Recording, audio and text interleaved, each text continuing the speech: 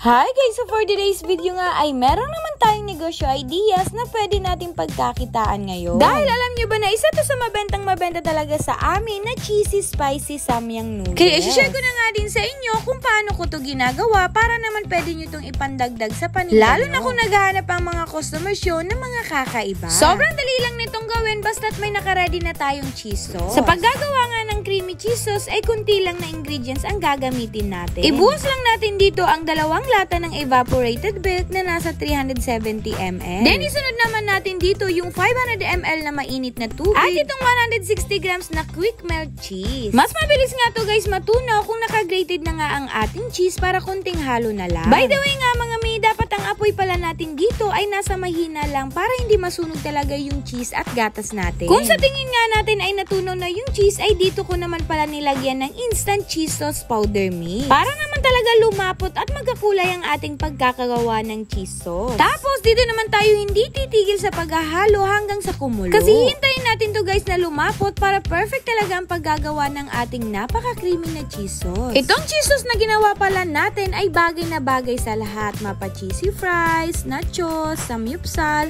sa mac and cheese at marami pang iba. Once kasi na matikman nyo to ay napaka-creamy niya compare dun sa isa naming ginagawa na instant cheese sauce. Kasi ang pagkakaiba nila ay ito ay nilagyan namin ng gatas or iba. Kaya naman ito talaga yung binabagay ko dito sa aming samyang noodles. Pwede nyo pala itong i-freezer kapag di naubos sa isang araw. Tapos saka nyo ulit papatunawin lang sa mahinang apoy lamang. Once ngang kumulo at lumapot na ay ready to serve na nga ito. Ang isa sa bestseller pala namin na flavor sa samyang ay itong buldak carbonara. Sa pagluluto nito guys ay super dali lang at alam nyo na to. Tsaka may nakalagay na din na instruction sa likod. Meron na din tong kasamang carbonara powder at spicy sauce ng samyang. Bale, ilalagay lang natin yung noodles once na kumulo na nga yung tubig. Then mag-wait lang yan tayo ng 5 minutes hanggang sa maluto nga ito. After 5 minutes nga ay i-strain naman natin to gamit ang ating strainer. Mas better nga guys, dapat may kasama pa tong konting tubig sa noodles para hindi agad mag-dry. Once nga na-strain na natin lahat ng noodles ay dito naman tayo maglalagay ng ating seasoning. Meron na nga itong kasamang carbonara powder at itong napakaanghang talagang spicy sauce. Ubusin lang natin guys para sulit na sulit talaga ang anghang nito. Pero may mga ibang customers namin na pinapa-half lang yung lagay at ang iba naman ay di na pinapalagay yung spicy sauce. Kasi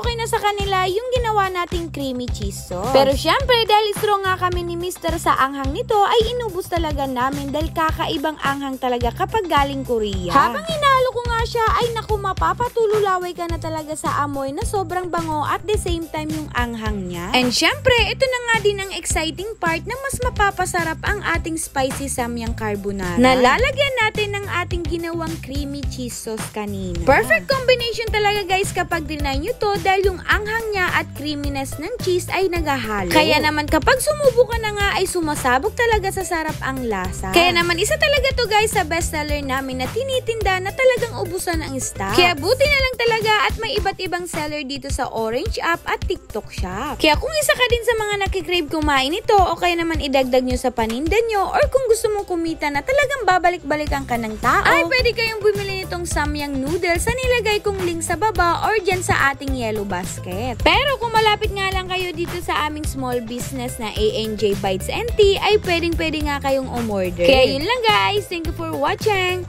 Bye-bye!